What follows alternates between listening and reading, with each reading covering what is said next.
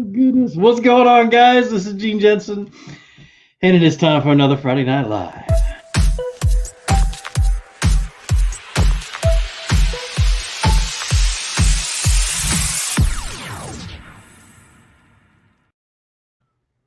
What is going on?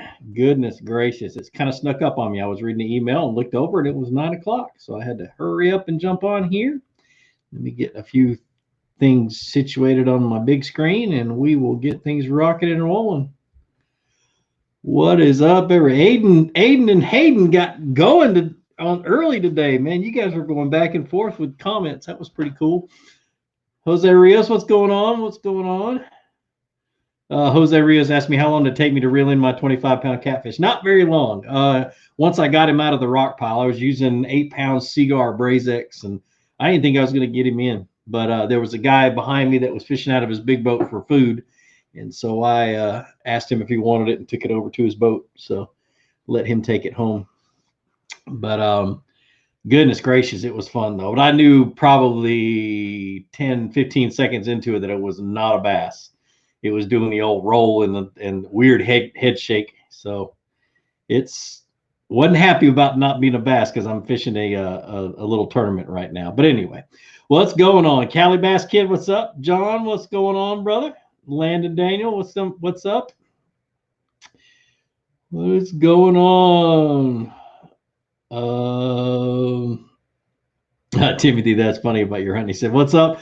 Of anything, my hunting season so far has proved why I love fishing. I get that, man. I get that. I hunted for many, many years.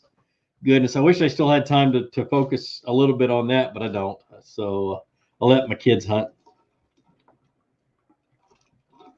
Oh, man.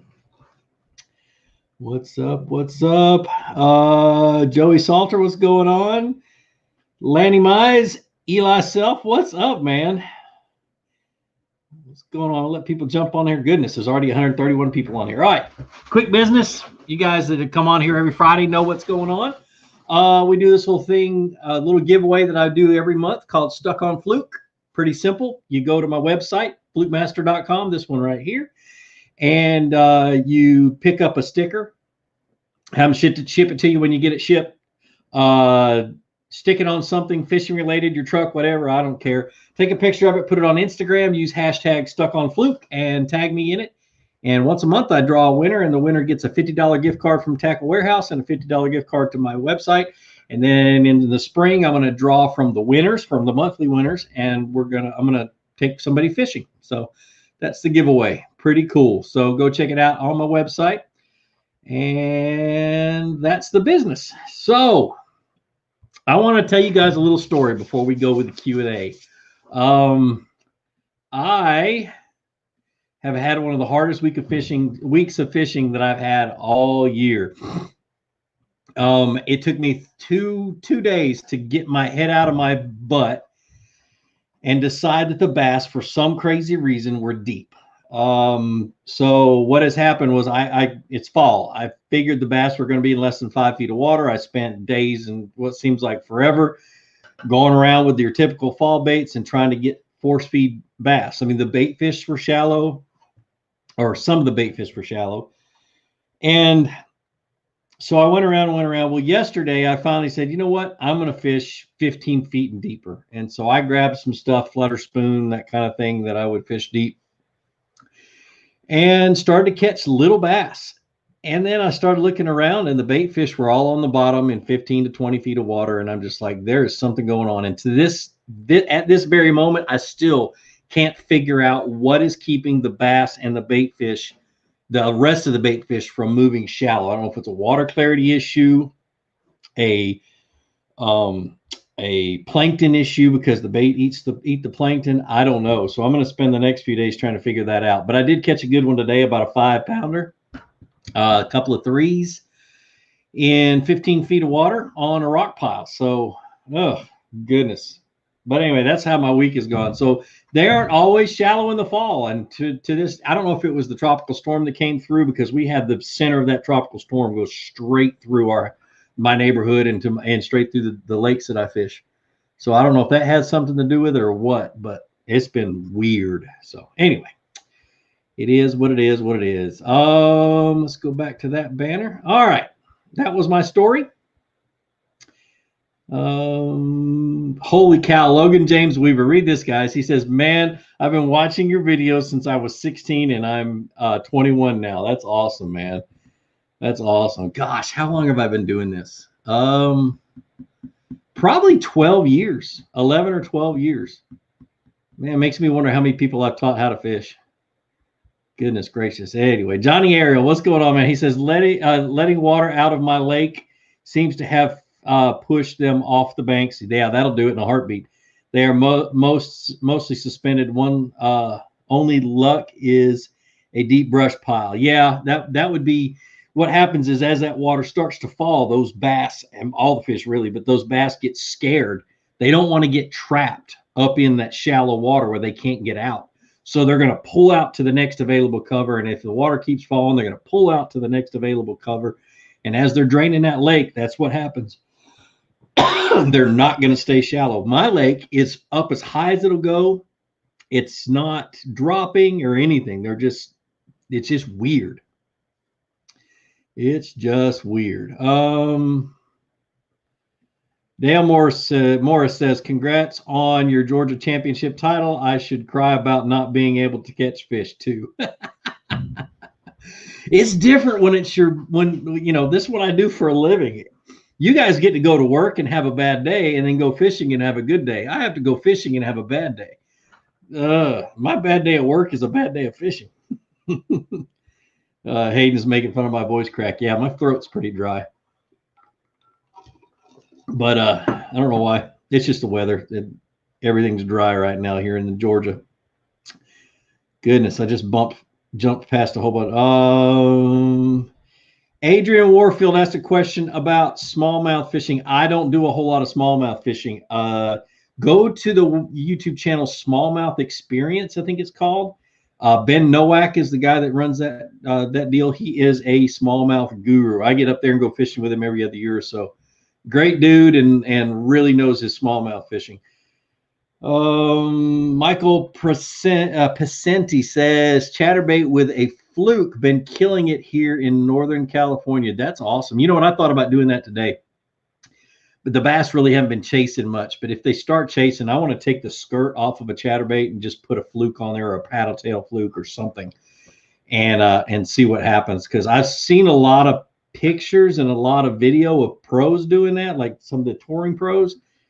And I just have never tried it. So might as well try it. Chris Marty, what's going on, man?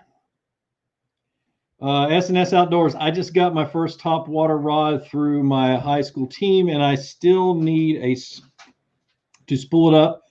What pound model do you use for the treble hook top waters? Thanks. 12 pound is probably ideal. There have been times where I go 15, but 12 is pretty good. That's probably what I would put on there. So let's see. Fishing on Hope. Hey Gene, what do you think about wire leaders?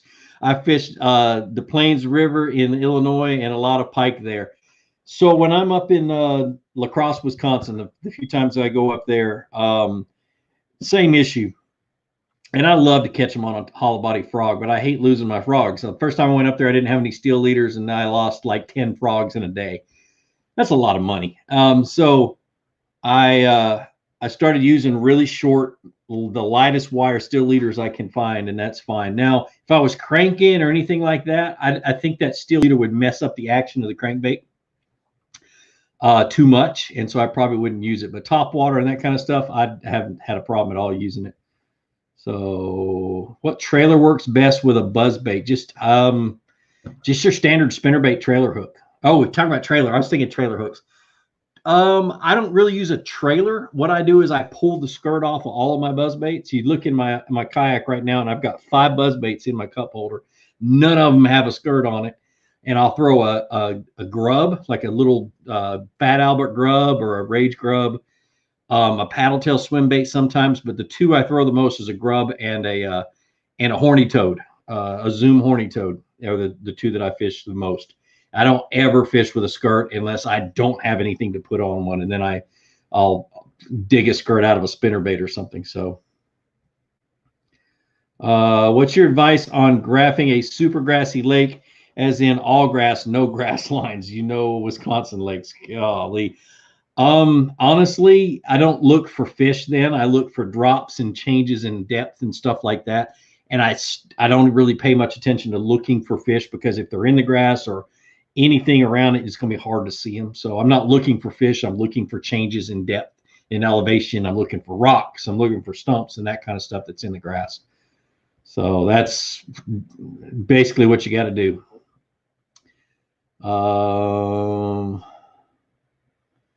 Let's see.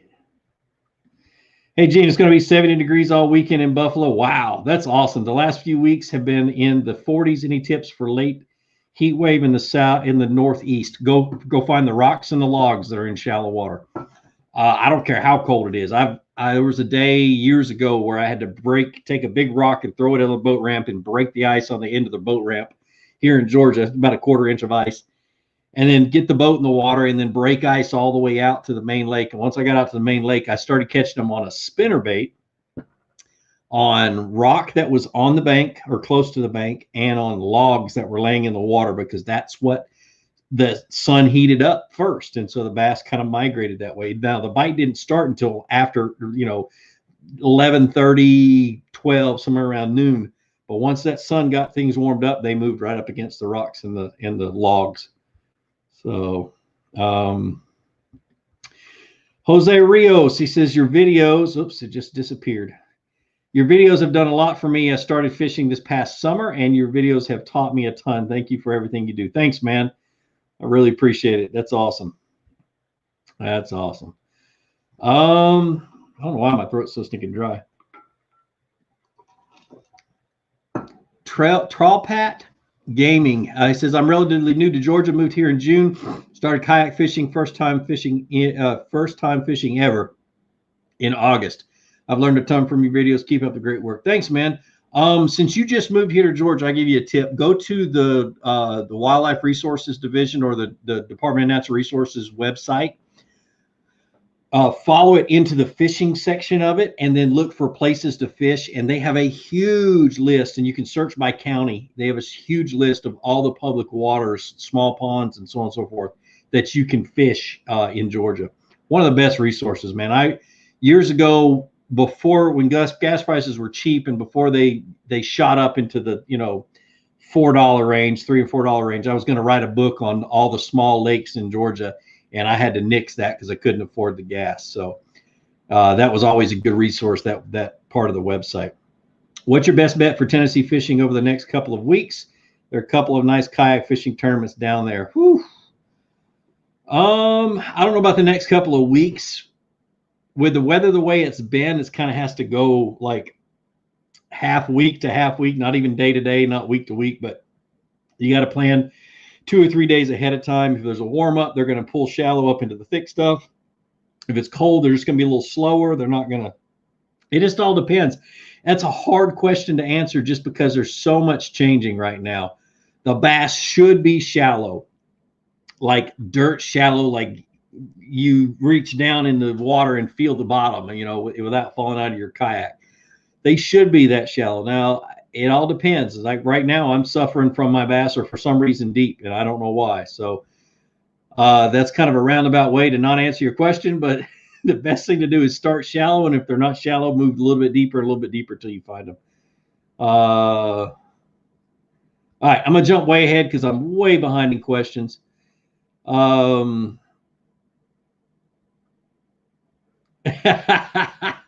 Damien. So Damien and I were fishing together today. Him and I were fishing the same spot on the lake, and we're fishing the same tournament. So I sent him a picture.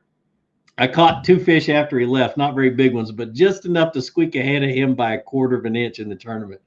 And I still haven't sent him the pictures of his fish. Here, Damien, to make up for it, I'm going to show everybody the picture of your fish that you caught today. And I'm not going to tell them the whole story behind it. But let's get it to focus. That's Damien and his fish. Look at that bass. It's about, what, 6'3", 6 pounds, 3 ounces, something like that. That's awesome, man. That's awesome. I'll send it to you later. But anyway, pretty cool. Um, let's see. Josh says, just got my kayak registered after adding a motor. My kayak has a little bit of a textured finish. What's the best way to ensure the stickers actually stick? Lightly sand down an area. I wouldn't lightly sand down an area. Now, what happens is that's how the molds are with the kayaks, and bona fides are real bad at it, or that way too.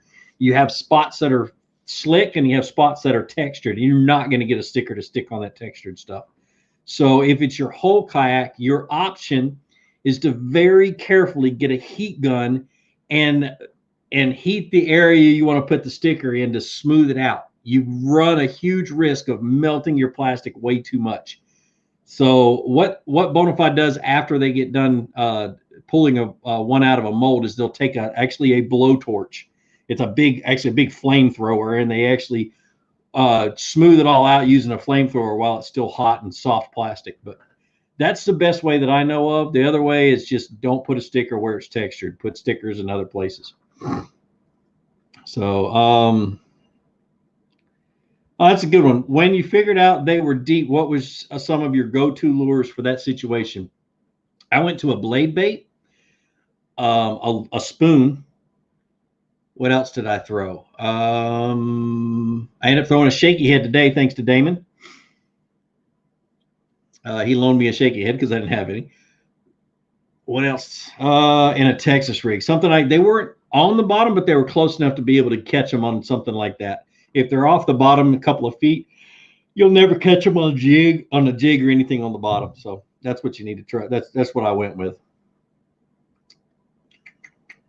And I caught that little tiny bait. I don't know if you guys saw my Instagram post, but I caught a 5 1/4 inch bass on a blade bait. It was hilarious. Do you think dropping down your kayak anchor disturbs the fish? If you drop it on the fish, yes, of course it's going to disturb the fish. If it's a rocky bottom, yes, it will make enough noise to where the fish will get a little bit alarmed. What I try to do is if I know I've got a hard bottom and stuff like that, I slowly lower it down and try to be as quiet as I possibly can. It doesn't always happen that way, but that's what I try to do. So, oh goodness. Have you fished Lake Sinclair in Georgia and you have any tips for real dark water? I have not fished Sinclair in many, many years, too many years to even talk about. The dark water or muddy water or dirty water, just go watch the video that I made a year ago about fishing muddy water. The bass don't go deep when there's no visibility down there. So they want to stay up shallow. They're going to be in that shallow cover. You got to make multiple casts to them, that kind of stuff. But it's a really good, very in-depth video about fishing muddy water. But that's the gist of it. The bass move shallow, and you got to throw baits that you can fish in cover shallow. They get real close to that cover. So let's see. Hey Fluke, what size drop shot hooks do you usually use, weedless and nose hook? Gosh, 1/0, either a number 1 or a 1/0 drop shot hook, and then I use those little G finesse hooks with the little tin bait keeper, and I can't remember what they're called, but Aaron Martins uses them when he's drop shotting, and they're made by Gamakatsu. That's all I can remember, but they're all 1/0s. I use mostly number 1s and 1/0 hooks. Z-Man came out with a new chatterbait. What they did, and it is new to them, and it's a genius thing. It's the chatterbait with a minnow on it, and it's what it is. With I can't remember, probably the diesel minnow or something like that. I just saw a picture of it, but genius, you know. So they probably changed the head shape too, but I didn't look close enough. Let's see. Hot Fever Fishing says, in the winter time in Virginia, what time of day is the best for bass? Hot Fever Fishing Family Fishing Show. Whew. I don't know. It's usually, for me, in the wintertime, I usually don't go out there till about 10 o'clock in the morning, and then I fish until dark. And just because I can't stand it. Now, I can't imagine the bass being able to do much either. Depends on the water temperature, but goodness. Yeah, 10:30, 10 on up on through the rest of the day is probably best. Any tips for cold front fishing? We have had a big cold front come in and the bite's been tough. Any suggestions? Slow way down, and go to finesse presentations, shaky heads, drop shots, that kind of stuff. So what did I just see? Richie Wilkins says, when I went fishing at the PFA in Rome yesterday, noticed your truck but missed you. I didn't have any luck, but I was just curious what kind of tackle you used and what works best for you out there. The baits that I just talked about was what I used yesterday. I actually caught a walleye yesterday out there. Now, they stocked walleye there several years ago and haven't restocked them at all.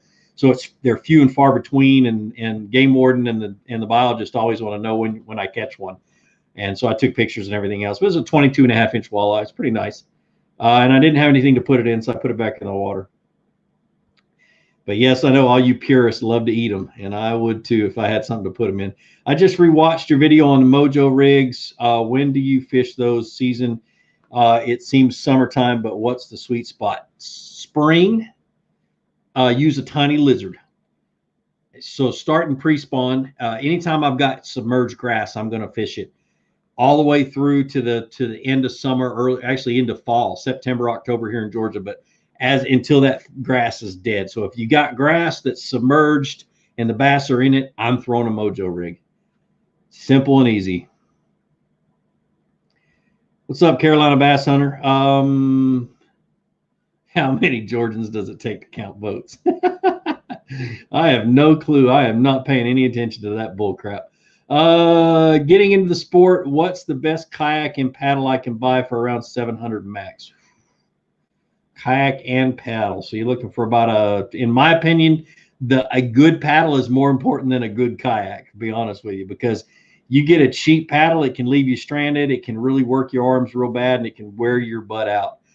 And then just buy whatever kayak you can afford. Now, Banding Branches makes good paddles. They have a less expensive brand, and I can't remember what it's called off the top of my head. Aquabound is their other brand, is their big box brand. That'd be another good paddle.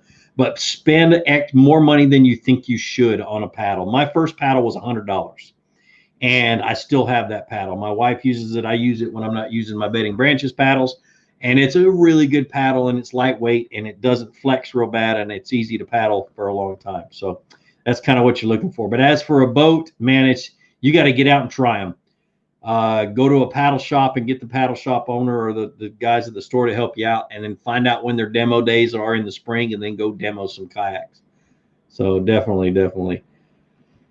Oh, goodness. Let me try to get caught back up. Joshua Grapp, thanks for the $5, man. I really appreciate it. That is awesome. That is awesome. He says, hey, Gene, I have a boat with two 12-volt batteries wired in parallel and would like to get a good solar charging system in place. Do you have any suggestions?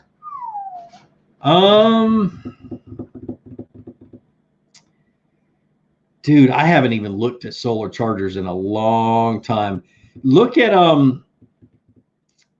look at some of these lithium battery companies. I'm sure I think there's a couple of them that sell solar chargers, but I have not looked into that kind of stuff. I don't know if Dakota Lithium sells them or not, but check Dakota Lithium's website. Amped Outdoors is another one. Just look and see what they offer in chargers for their 12-volt batteries, and that should be about what you're looking for. So thanks for the $5, brother. I appreciate it. Do you recommend a pedal kayak or a non-pedal kayak? That is up to you, Elizabeth. It really is. I personally can't pedal the egg beater type, the old style egg beaters or the bicycle type of pedal drives. My hip can't handle it. My back can't handle it. So I steer away from those. If I was to own a pedal drive at this point in time, the only pedal drive that I would own would be a Hobie because of the way I can push. I just can't do this. And so that's me personally. I love my Bonafide and I love to paddle, and I can paddle fairly good. if my arms are healthy. I have tendonitis in both my arms, so sometimes I can't, and I just go with a motor and call it good. But for you, it's going to be your own personal preference. Do you enjoy paddling? I can paddle 12 miles a day and still get plenty of fishing in. But it's all completely up to you. My personal opinion is the best paddling kayak on the market at this point in time is a Hobie. And the best paddling kayak on the market for fishing, the best fishing kayak on the market is a Bonafide. So definitely. Thanks, Kevin Rishel. I appreciate it. Is it Chris Fatzer says, is using a Texas rig belly weighted hook with a worm the same or similar action as a wacky worm if you just lift and then reel down? I do not a belly weighted Texas rig. I don't know. I'd never have Texas rigged with a Texas rig is a hook with a sinker in front of it, a bullet sinker in front of it. That's a Texas rig. A belly weighted worm is a belly weighted worm. So it's kind of hard. It's a totally different rig. So is it similar in action as a wacky worm? I wouldn't think so. I think it would be different. So the original wacky rig, okay, so the original wacky rig had nothing to do with a Cinco or some type of a stick bait. Those did not exist. Back in the day, a wacky rig was just your whatever worm hook you had on the end of your line, weightless, and you took a trick worm and turned it and hooked it in the center, and you jerked it like a jerk bait or a fluke or something like that, and it would cause it to swim in the water, and you could throw it shallow in cover and stuff like that, and absolutely annihilate fish, and you still can. Just nobody talks about it. Maybe I need to do a video about it, but that's the original wacky rig. And so when people talk about a wacky rig, and I understand nowadays they think about a Cinco, I don't. The first thing I think about is a trick worm swimming in the water. It's kind of crazy. But anyway, got off on that little tangent. See. Ed Wolf, he says, finally got an anchor wizard. Don't know how I lived without it this long. They are nice, man. It's nice to be able to manage your rope, your anchor rope, and not get it all hung up and everything. When just starting out fishing with lures, what's a good starter one? I'm going to give you my list, and then I'm going to give you the video. The list that I have is a spinnerbait, a shaky head, a Texas rig. Those are the three I would start with. There's a couple more, and I can't remember them off the top of my head. But there's a video in my beginner bass fishing playlist called "What Lures to Buy First" or something like that. Go look at that one. It's got a whole list of basic lures. And the reason I chose the lures that are in that video is that they are a good starting point, that when you learn how to use those, you can go on to other things that are similar in the way you use them. Like a Texas rig is similar to a jig, and a shaky head is similar to a jig or a drop shot or something like that. And it's a finesse presentation. A spinnerbait first, and then advance to a crankbait, that kind of stuff. So it's a good starting point that you can build on later on down the road, is the reason I chose the things in that video. So let's see. Just got my kayak 2 days ago. Is a fish finder a game changer, or does it not help too much? It is a game changer if you know how to read it. So get one and learn how to read it. I'll give you, for instance, I fished for 7 hours today. And I looked up away from my fish finder a few times, and I've been looking at my fish finder so much that the sky was spinning, because I've been focusing on it so much because I was fishing a little bit deeper. It is a game changer for me. I cannot fish without one anymore because I fish offshore a lot of times. So, but if you're one to go beat the bank and throw at things and stuff like that, and you don't care about going deep, then you don't need one. You really don't.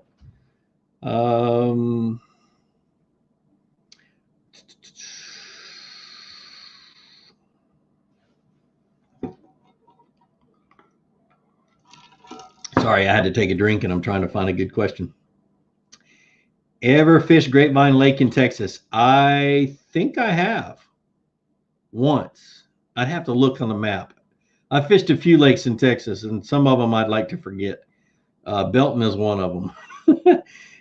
Is using a Texas rig belly weighted hook with a worm. I already read that one. No, with a worm and eighth ounce pegged weight the same or similar action as a wacky worm if you just lift and reel. No, it's not the same. Nope, nope, nope.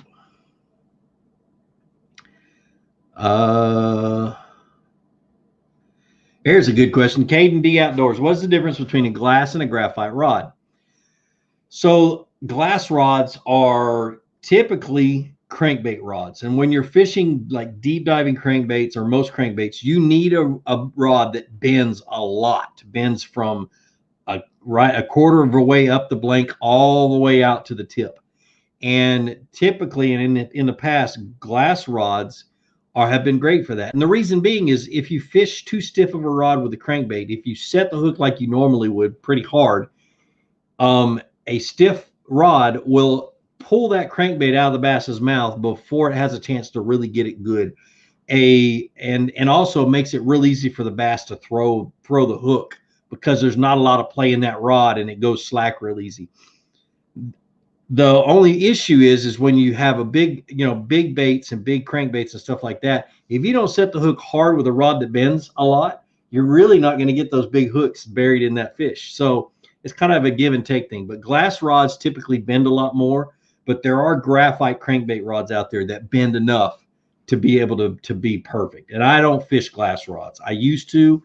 I have had so many issues where I'll make a long cast with a deep diving crankbait, be reeling it down and have a big giant bass grab a hold of it, and you set the hook on it, and the first thing those big bass do is go straight up out of the water, and that's all it takes. You, for some stinking reason, I've never been able to set the hook on the very, on the end of a cast on a big fish, and I've lost so many big fish by doing that. So going to a graphite rod with less bend and a little bit more backbone has allowed me to almost make that problem disappear. So I stay away from glass rods.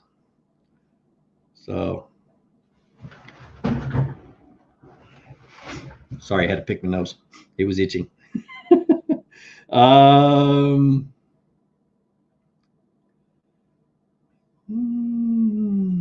Georgia specific question. It's a good one. Do you have to have a trout license for fishing rivers regardless of what you are fishing for? If there are trout in that water and you are carrying baits and tackle that are meant for trout, you better have a trout stamp is the biggest thing. Or if there's a list of rivers and creeks that Georgia has that are trout rivers and creeks. To be safe, I would have a trout stamp if I was fishing any of those rivers and creeks, for sure. There's very few game wardens that are going to believe you that you're fishing, the Altamaha River or whatever I can't remember the name of the river up north. Anyway, that's loaded with trout and you're fishing for smallmouth or largemouth, stuff like that. So if it's got trout in it, I would have a trout stamp just to cover my tail. It ain't that expensive. So Bass Fisher 123. I may be moving to Rome in the distant future. Any good lakes to fish? Nope, none at all. Nope, don't follow me. I'm good. Oh goodness. All right, I'm gonna get caught back up. There's some good lakes around here. So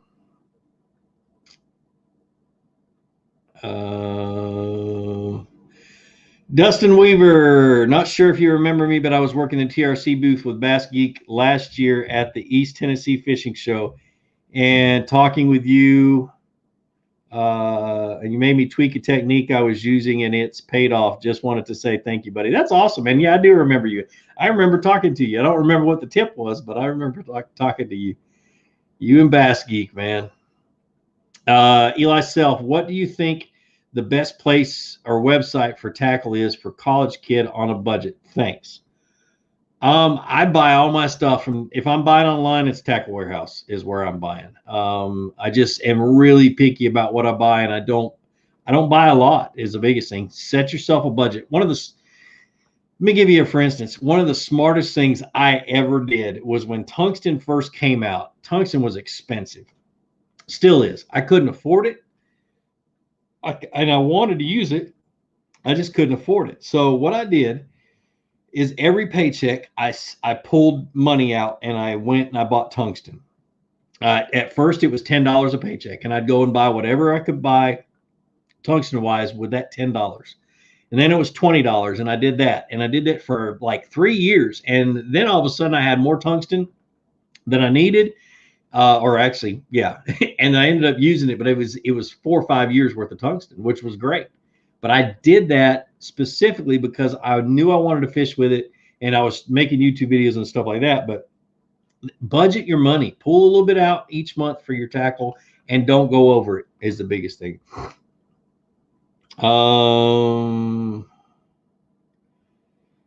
Getting my first baitcaster this month was looking at the Abu Garcia Pro Max and the Lose Mach 2. Any thoughts? I'm going to look that up. Lose Mach 2. That must be one of their inexpensive ones. Because it comes with a combo. Yep. Lose is decent. Their more expensive ones are really good.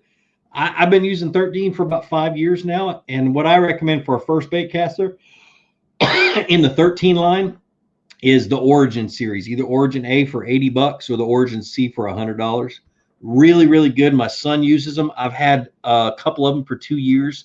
Really beat the crap out of them, and they lasted quite a bit. So that's what I would look at if you're interested in what I'm sponsored by, 13 Fishing, which is who I'm sponsored by. But Lose, out of those two, Lose has a better reputation than Abu Garcia does. So I'm a bank fisherman hoping to get a kayak soon, but in the meantime, stuck on the bank. I've been struggling to get anything to bite, and I know I'm doing what I need to. Any suggestions? Dude, I've been there. I bank fished for about 12 years from the time I got serious about bass fishing until I bought my first boat when I was, how old I was, 31 or something like that. But anyway, what I would do typically is what I do when I'm a bank fisherman is I walk a lot and I look for life shallow. I want to see minnows. I want to see a lot of minnows. I want to see little ticks on the surface. I'm looking for life on the bank. And if I don't see a lot of it, I'm still walking, and I don't even make very many casts. I may make 2 or 3, and if I don't get bit in those 2 or 3, I'm going to keep going until I start seeing an area of the lake that has a lot of action and a lot of life, and then I'm going to take my time, and that's usually where I catch fish. So,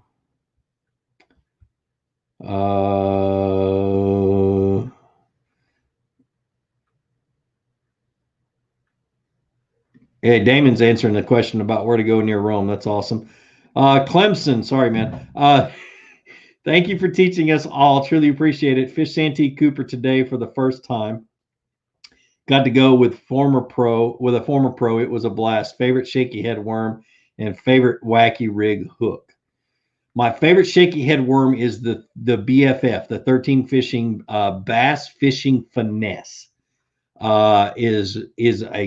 It's been a phenomenal shaky head just because they changed the salt content. They made it float. They did a bunch of things to it. That's just a really good shaky head worm. Favorite wacky rig hook is the Zoom, or not Zoom, Gamakatsu wacky rig hook. Weedless wacky rig hook is what I use almost exclusively. So,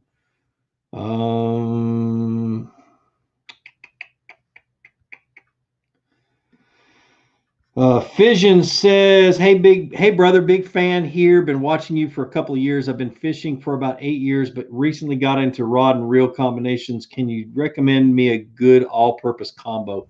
Medium heavy, 7'3".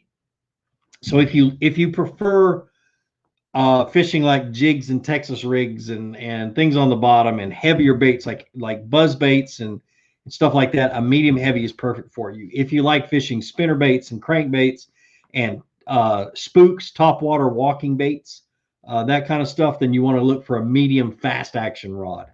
So that's what I would suggest. I want to have one of each at least, a medium fast, a medium heavy fast, or extra fast, and then the other one, the third one I would have is a spinning rod in a medium, just to take care of finesse things and that kind of stuff. So you got your PB, your new personal best, 7 pounds or 7.5 pounds. That's awesome, man. Congratulations. BC Fishing, brother, thanks for the $10. Hold on, let me get a drink. It's the Corona. I got Corona. Oh, man. Holy cow, it's 200 people watching me. Hey, y'all, how you doing? Who else new here? That's what I want to know. With 200 folks, I want to know who's new here. All right, BC Fishing, man. Again, thanks for the $10. You guys that donate, thank you. Thank you so much from the bottom of my heart. You don't have to. I don't hold a gun to your head, but, man, when you do, it's awesome. He says, hey, Gene, thanks for everything you do. I'm 19 and have been fishing tournaments for the past year or so. Going out this weekend to try to film my first video. Any tips for starting a channel? Yes, start. Stop talking about starting. Stop telling people you're going to start. Start making your videos. When you have 20 videos out, get a hold of me, and I would love to go watch them and kind of give you kind of the ins and outs and stuff like that of what I've learned over the years and things like that. But start. Make all the mistakes you want to make. Learn about video editing. Learn about how to video yourself, or just frame yourself and that kind of stuff. Get a good microphone and learn how to use it. That's the biggest issue I've had over the years is audio, but have fun with it. And if you don't enjoy it, don't do it. But it's a blast, man. Awesome. Thanks for the $10. Whoo! Who else? Noe Juarez, man. Thanks for the $10, brother. He says, I just got selected to go be a drill sergeant. Oh no. I'm trying to throw everything at the lake before the trial. Have you fished Lake Elmer Thomas at Fort Seal and what to throw in clear water? I have not, but in clear water, the bass like to be a little deeper. The things I like to throw are all natural colored baits. I would throw a shaky head worm, really, or a Ned rig if you've just got to go catch fish. And man, I had some great drill sergeants in the Army, by the way, so have fun with that. But yeah, light line, throw a little bit deeper than you think you should, and fish a lot slower with finesse worms on a shaky head or something like that, and you'll be just fine. That's awesome, man. Thanks for your service, by the way. But, man, drill sergeant, you're in for some fun and challenges and that kind of stuff. So my drill sergeants all loved me. I was a perfect soldier. I really was. All right.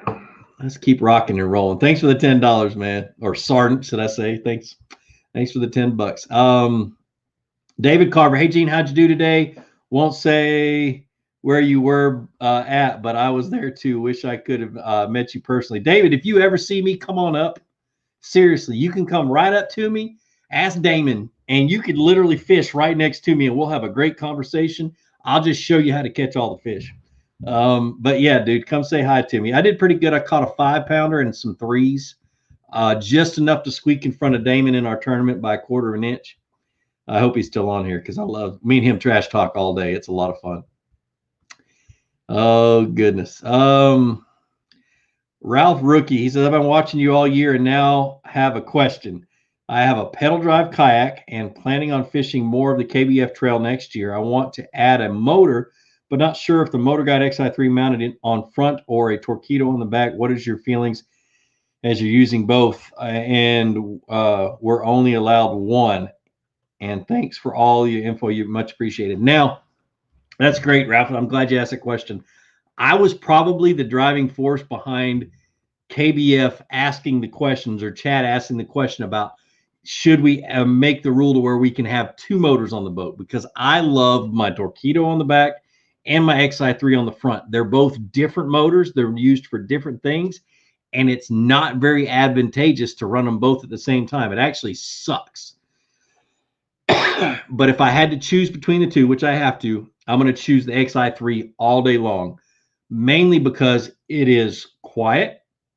It steers better, but I'll get something in a minute. Steers better, and it get the one with the spot lock, and you won't ever have to use an anchor deep again. It also allows you to stand up and fish while it's moving in one direction, because it has a GPS, and you get it set on a heading, and you hit a button and it stays on that heading at that speed, and you can fish an entire bank line standing up in your kayak. I love the XI3. The Torpedo is advantageous to get you there fast, and that's it. Get you there and get you home. So if I was able to use both of them, I would have the Torpedo on the back to get me there and get me back, and I'd fish with the XI3. If you're going to run only the XI3 on the front of your boat, you need to have a rudder on the back, or it will start to do this number as it'll start to weave back and forth as you're going. So biggest thing is you got to have something in the back to keep you straight. So good question. Woo.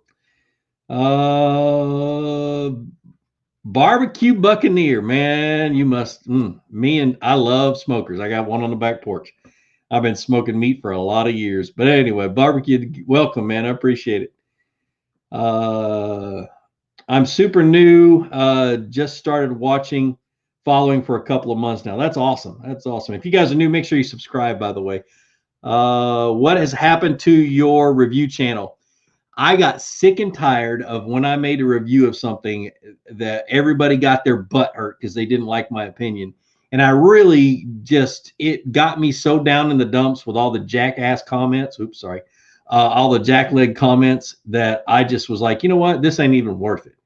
And so I stopped. And I'd much rather teach you guys than to talk about product. And I could have made a lot of money on that thing, sponsor-wise and that kind of stuff. But there's just too many jacklegs out there that it just made it not fun. And so I backed away from it. So maybe I'll have another channel doing something else. I don't know. So welcome everybody that's new. I'm seeing all your comments. That's awesome. That's awesome. Any ice fishing this year? Probably not. I'd love to. It was a lot of fun. If I had a snowmobile and an auger and everything I needed, I'd love to do it. Maybe 13 Fishing will have another get together and we'll be able to do that. But sitting in an ice house and fishing all day is not my idea of a good time. So, but yeah, maybe if I get up there later on, I'd love to. February, I'm usually down in Florida though. So, Rocky Loy says, I'm new. Me and my kids have been watching your videos and learn a bunch. That's awesome, man. That's one of my biggest things is I try to keep it as clean as I can so you can sit down with your kids on your lap and watch, and then you're not going to worry about what I'm going to say. Sorry about that cuss word earlier. You're not going to worry about what I'm going to say. So awesome. Roger E got a new boat. That's awesome. What video editing software would you recommend that is fairly inexpensive? I started out with Elements, with Adobe Elements, and that was $100 or something back then. I don't know what it is now. Very good, very inexpensive one. And back when you could buy it at the store and bring it and download it onto your computer, it was nice because I would buy last year's version for $50 and use it for 3 or 4 years, and then go when it was time to upgrade, I'd buy last year's version for $50. And so that's kind of how I did it for years. But I would get a good one that you actually purchase. The free ones are great for basic stuff, but when you want to advance up, you've got to learn a whole new system in order to advance up to a better one. So Jose Rio says, how much of a difference does an 8-pound leader? Oops, I just lost your comment. There it goes. How much difference does an 8-pound leader make compared to, let's say, 10-pound? Moreover, what exactly is the benefit of a lighter leader like 8-pound compared to 15 when you use one over the other? Okay. This is going to get into stuff that I've never proven myself. I've seen results, kind of. And so 8-pound and less in clear water, I've seen where it's made difference. But a biologist once told me, he says, anything less than 8 pounds of fluorocarbon, the bass can't see. Anything bigger than 8 pounds, they probably can see, but not enough to spook them. So that's kind of how he put it. But the lighter the line, the more action you get out of your bait, the less the bass gets, the less they can feel, I think. But the biggest thing is that it's the action, and you can oh gosh, how can I explain this? I'm thinking of a shaky head in my head, in my head, or a drop shot even. You throw a drop shot on 6 pound test, and you can get a lot more action. 10 pound test, that stiffer line reduces the action. 15 pound, same. It reduces the action. It also makes your leader knot a lot bigger going through your guides, and that can be an issue. So that's kind of my thought behind it. There's a lot more to it than that. Maybe I'll have to make a video, but the biggest thing is the bass being able to see it. Whew, I think I feel like I went around my elbow to get to my butt. So sorry. Big Red Bass says, "Hey Gene, what do you do when you see large schools on the graph but can't get any bites? Tried several baits." So if I see large schools of bass, if they are close to the bottom, if they're like all on the bottom, I can catch them. If they're suspended off of the bottom and they kind of look like there's some shallow and some a little bit deeper and some a little bit deeper, it tells me that if they're suspended, largemouth aren't going to bite very good. It's going to be tough. I'm going to grab a drop shot and I'm going to put a longer leader on it and try to get that leader above their head, or get the bait above their head. And I'm going to sit there and shake it in front of their nose as long as I can. But most bass schools will stay close to the bottom or on the bottom of hard bottom. They won't stay close to the mud. Like today I was fishing a roadbed, and these bass were out on the roadbed and they were cruising up and down the roadbed. But as soon as the sun went down a little bit, started to get low in the sky, they pulled off of that roadbed and they started to cruise up and down that roadbed with schools of bait fish. And they were eating those bait fish. And the way I caught them then was I grabbed a spoon and started to flip it along the edge of that roadbed, but not let it sink down to the bottom, and just start jerking it up, letting it fall back down about 2 foot off. And I caught 2 more bass. So anyway, Denny Romero. Denny, man, what's going on? Denny makes the most amazing kayak trailers on the market. He does it out of his garage. He's a fellow veteran and a good friend of mine. And hopefully one day he'll get around to building mine, because he's got a list a mile long to build. So, which is awesome. I think it's great. So welcome, Denny. Ooh.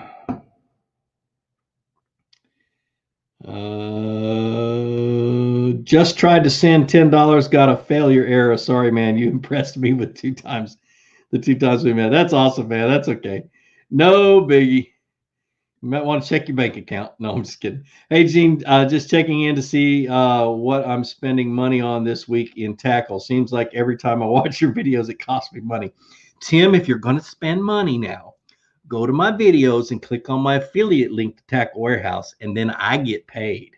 Not a lot, like pennies. But anyway, yeah, I have an affiliate link to Tackle Warehouse. But yeah, dude, I kind of have that effect on people. I don't have any baits to show you on I got a flashlight, but that's it on my desk. I don't have any baits to try to show off.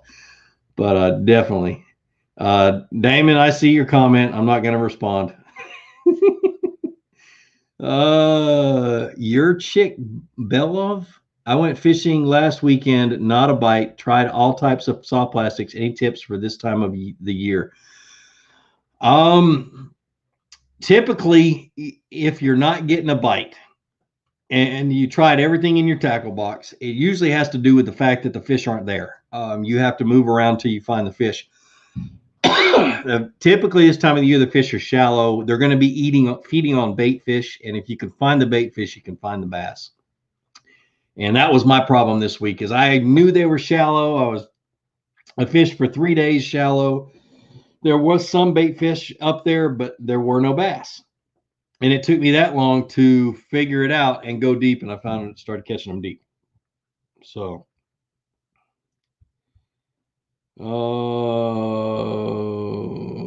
Ray's vlog.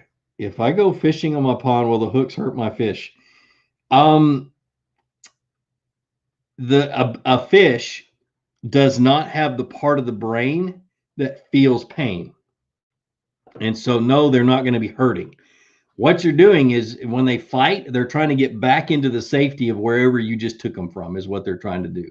They know there's something not right, and they're going to fight. Some bass or some fish fight really hard. Some don't fight at all. Like a walleye doesn't fight at all. It just comes up like a wet sock. But Goodness. Denny says, funny, that it's coming very soon. No rush, man. I don't mind. Yeah, you told me March, and I'm okay with March.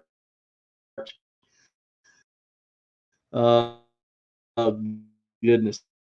Bought a boat last year, a Ranger. I've already upgraded my units, but for a non-tournament bass fisherman, would upgrading a trolling motor to a spot lock or a Talon power pole? Spot lock, dude, is what I would get before power pole, and then I'd get it. The reason is that you fish your boat's in deeper than 8 feet of water a lot. Power poles are really, really helpful if you're fishing in Florida where they're always shallow. If you find yourself fishing shallow lakes a lot, I have power poles on my Alumacraft, and they literally I use them a lot on certain lakes, but most of the lakes I've been fishing this summer and even now in the fall, I'm fishing offshore and I really don't need the power poles, but I use that Spotlight trolling motor every single day. So definitely I use the Tour Pro, the Motor Guide Tour Pro. It's the new one out, and it's amazing how still that thing keeps you in the water. Let's see. What did Roger E ask? Gene, if you had to choose between early morning and late afternoon, when would you fish? Depends on how late I stayed up the night before. No, ask Damon. I came out at 10 o'clock today.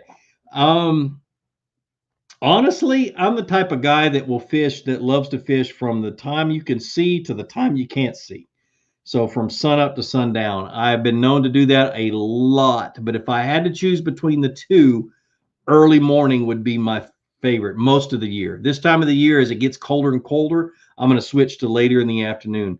But early in the morning, just because the bass are going to stay shallow until that sun hits the water. And in the late afternoon, there's always a period of time from the time the sun gets about an hour before dark or before it goes down till about an hour after it goes down is a dead time where you usually don't catch nearly as many fish as you think you should, and then it starts to kick back up again.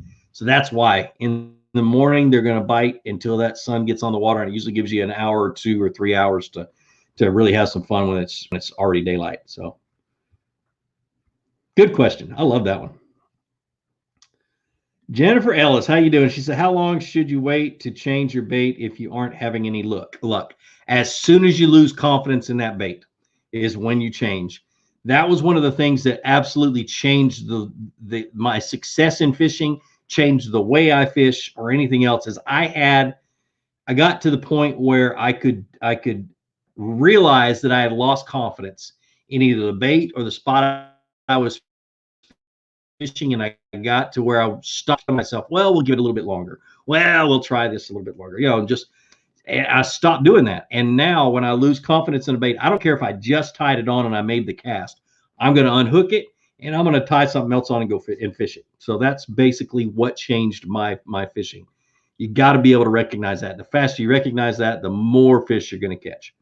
So Hayden, who disliked this stream, I don't really care if they like it or don't like it. I do have a lot of anti-fishermen, or YouTube has a lot of anti-fishermen that go around to YouTube videos and fishing videos, and they'll click the button. It's still engagement. YouTube still sees it engagement. It actually is a positive for me, so no big deal. Oxidized Fishing says, hey, Fluke, used your tips from your last Friday night stream and went to Soap Creek last Sunday, caught 2. When I'm using a Fluke, do I want it weightless or weighted? Clarks Hill Lake, weightless. Put a big swivel about 18 to 20 inches in front, though, I can't remember the size. I can't remember. Anyway, a large swivel. That gives you a little bit of weight, and if you use a fluorocarbon leader, then it'll help that Fluke sink just enough. So,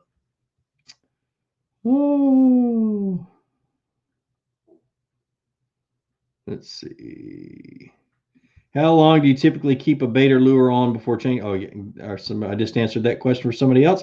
Stefan, what's going on? Dude, you caught me live about 3 minutes before I got off. That's pretty good, brother. Oh, goodness. Stefan is my brother, man. When we met several years ago, it was brothers at first sight. It was awesome. So good to see you, brother. Let's see. The famous Gene Jensen. Yes, you spelled my name right. Dude, you've helped me so much in my bass fishing. You're the man. Thanks, brother. All right, before we jump off of here, stuck on Fluke. You guys don't forget, go to my website, get yourself a, hold on a second, let me do this. Stephen Guthrie, what's up, man? Oh, goodness. Anyway, sorry. Get a sticker off my website. And then what you do is you stick it on something, take a picture of it, put it on Instagram, hashtag stuck on Fluke, tag me. You at the end of the month, make a drawing, and I draw a winner, and the winner gets a $50 gift card to Tackle Warehouse, $50 gift card to my website, and then turn around and next spring I will draw a name out of the winners, and we will go fishing together. Basically, I'll come to your house, pick you up, and we'll go fishing. That's the deal. So anyway, be sure to do that. The more the merrier. But guys, I really do appreciate you joining me. Sorry I didn't get to everybody's question. We will do this again next week, same time. I'm gonna try to start getting guests on here, so bear with me. There are going to be some pretty good guests. The one I want has a live event on Friday nights. I'm going to may have to change the time a little bit to get him on here.